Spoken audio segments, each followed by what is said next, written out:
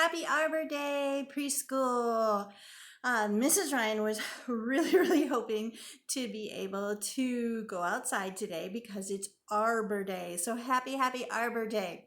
And you might be going like, Mrs. Ryan, I don't know what that word is.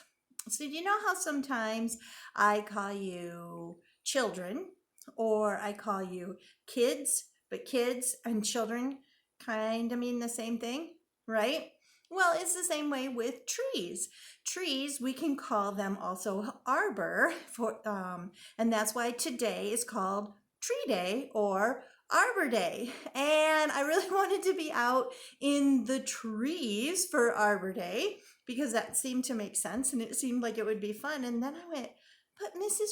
Ryan, you have trees in your house. So here I am surrounded by my trees. I have this tree right here, one, and this tree here, two, and this tree right behind me, three. I have 3 trees right here in my very own house that we are going to use to celebrate Arbor Day. So let's get started with our real day here at school. Ready? Big breath in. And let it out nice and slowly, putting on your school body. Get those wiggles out for just a little while. And nice big breath in. And let it out nice and slowly. My ears are open for listening. My eyes are open for looking and learning. All the way out. And one more big breath in. And let it out nice and slowly. And this time my hand is over my heart. And what is in there? Love and joy and peace and patience and kindness and goodness and gentleness and faithfulness and self-control. And who put all those in there? God put all that in your heart. And did he mean for us to just keep on hold of it? Oh no, he wants us to share all those gifts with everyone, which means my heart is going. It's coming out all over our trees, and it's coming out all over you, and it's coming out all over me. It's just filling up everywhere. So, who is welcome here? You're right again. God, you are welcome here. And if you're not from God, you need to go out the door now. Get on out of here. We only want God in our lives, right? Oh, and what a beautiful Arbor Day it is. And I can't think of a more glorious day to say hello, God, and thank you for your creation than today. So let's start with our prayer.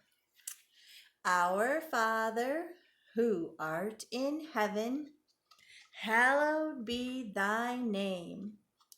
Thy kingdom come, thy will be done on earth as it is in heaven. Give us this day our daily bread, and forgive us our trespasses, as we forgive those who trespass against us. And lead us not into temptation, but deliver us from evil. For thine is the kingdom and the power and the glory forever. Amen. Woo, I don't know about you, but that sure fills me up with a whole lot of joy. I've got the joy down in my heart. Where? Down in my heart. Where? Down in my heart. I've got the joy down in my heart. Where? Down in my heart to stay. What else do I have? I've got the love of Jesus down in my heart. Where? Down in my heart. Where? Down in my heart. I've got the love of Jesus down in my heart. Where? Down in my heart to stay. Yay! Thank you so much, God. Thank you for trees. Thank you for your creation. Thank you for everything. That just fills me up with so much happiness that I want to do some rejoicing. This is the day that the Lord has made, that the Lord has made. I will rejoice and be glad in it, and be glad in it. This is the day that the Lord has made. I will rejoice and be glad in it. This is the day that the Lord has made. Yay! Awesome! Okay, we have been taking a trip back through the Old Testament. We started at the very beginning of the school year in the Old Testament. So we are going back to visit some of those stories that we heard way back then and remember what we had studied. It's just kind of like what you'd call a review. And so today we're going to talk about work. Oh boy, work. That doesn't sound like a good topic, does it? Sounds like a lot of work. But let's see what God has to say about work. Work is what God or others give us to do. When we do our special work, we learn, we grow, and we are happy. Well, I like what it says about that. Do you remember when we were sitting at table time and we had a big work job in front of us? And we were like, I can't do this. And we'd say, oh, no, we don't want to say can't. We'll say, we'll try. And when you tried, you found out that you really could do it. Because when you work, we learn, we grow, means we get bigger and smarter, and that makes us very happy. Maybe this work story isn't so bad after all. Now, there once was a good man named Noah, and Noah lived a long, long time ago. He lived at a time when people began to do many bad things. God was very sad because of this, and he wanted to start all over. So God said, I must find a good man who will do special work for me. And God found Noah. Now God said to Noah, I am going to send a great flood that will cover all the earth, and I will wash away all the bad things on the earth and make it new again. This picture of God holding on to our earth and washing it clean sure does make me think of Earth Day when he's got the whole world in his hands. Well, there it was. And he said, I don't like what's going on in this world. I'm going to give it a nice big bath. So then God said, I have special work for you. I want you to build a very large boat called an ark, and I will tell you just how to build it. I will tell you how wide and how high it needs to be, and I will tell you what kind of wood to use. Building the ark will take a very long time and a lot of hard work. Will you do this for me, Noah? And Noah said, yes, good job. Noah worked every day on the ark. He worked for many years. His sons helped him. Sometimes it was easy, and sometimes it was hard. Sometimes it was fun. Oh, sometimes it was boring. But they knew they were doing God's special work. Noah did everything God told him to do. He was happy because his work made his family strong. And they were working so hard together. Then God said to Noah, I have some more work for you to do. I want you to take every kind of animal into the ark. Take food for the animals and for you, and take your wife and your whole family too. Noah did everything that God told him to do. Then God closed the door to protect them from the storm. Noah was happy to do God's special work because God kept him and his family safe and warm inside the ark. Did you see the animals going into the ark where they too will be safe, just like Noah and his family. Noah lived on the ark a very long time, and after the flood was over, God brought Noah and his family and all the animals to a brand new land. Noah was happy, and Noah thanked God for choosing him to do this special work. God took care of Noah and his family. God was happy that Noah did his special work. So God put a rainbow in the sky and promised never to flood the earth again. God has special work for us to do too. When we do our special work, we can be happy too. So do you see? You see the rainbow? And that rainbow reminds us that God always keeps his promises. Good job, friends. Now, part of keeping your promises is when you say you're going to do something, that you actually do it.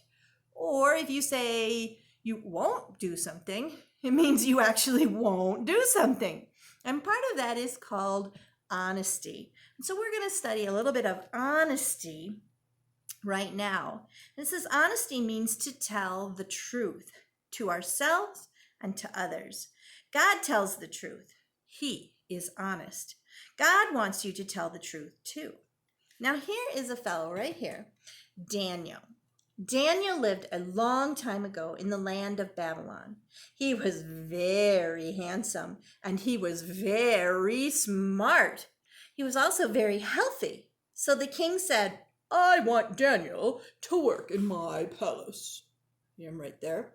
He's telling him, go get that Daniel. I need him here. Well, Daniel went to live in the king's palace. The king wanted Daniel to eat the food, but the food was not healthy. It was too rich. It was not good for Daniel to eat the king's food. And Daniel said, I cannot eat the king's food. It will make me feel bad. I want to eat what is healthy for me. It was hard, but Daniel was honest. He was even honest with the king. Later, the king had a dream, and he said to the wise men, tell me what my dream means. And they said to the king, we cannot do what you ask. And the king was very angry. He wanted to hurt all of the wise men in the kingdom. The king said, if you cannot tell me what my dream means, then you are not wise men. Like, what good are you if you aren't wise? Well, I don't need to keep you around here. Now Daniel heard about what the king said. He prayed in the night that God would tell him the king's dream and what it meant. And guess what? God did. Then the king asked Daniel, can you explain my dream? And Daniel could have said, I am very wise. I know what your dream means. But he did not. He said, God has explained your dream to me. Daniel was honest, and he told the king the truth, and the king was happy.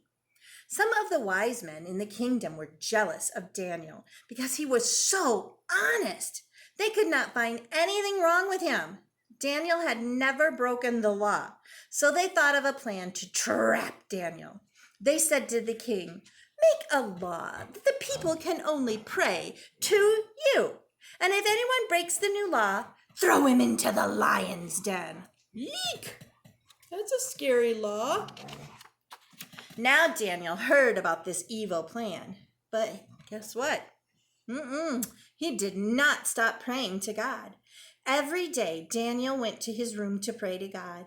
Daniel was honest and true to God. The jealous wise men saw Daniel praying in his room, and they said, Daniel has broken the king's law. Now we can throw him into the lion's den. And the king was very sad that Daniel had broken his law because he liked Daniel, but he could not change the law. You see, there he is praying. And there they are. They're going to go throw him into the lion's den. And what do you suppose would happen if you're in a lion's den? What would the king do? The king said, I hope God will keep you safe. And guess what? God always keeps his promises. He promised to keep Daniel safe, and guess what? God did. He sent an angel to close the lion's mouth, so to watch over Daniel. And Daniel was saved, and the king was happy. Daniel was glad that he had prayed to God. Daniel was glad that he had been honest. Daniel wanted to be honest because he loved God. And when you are honest, this makes God happy. And God took care of Daniel. And God will take care of you. There you go. He's rescued. How nice. How neat is that? I like that story a lot. Well, we're going to continue on with our day in just a little bit.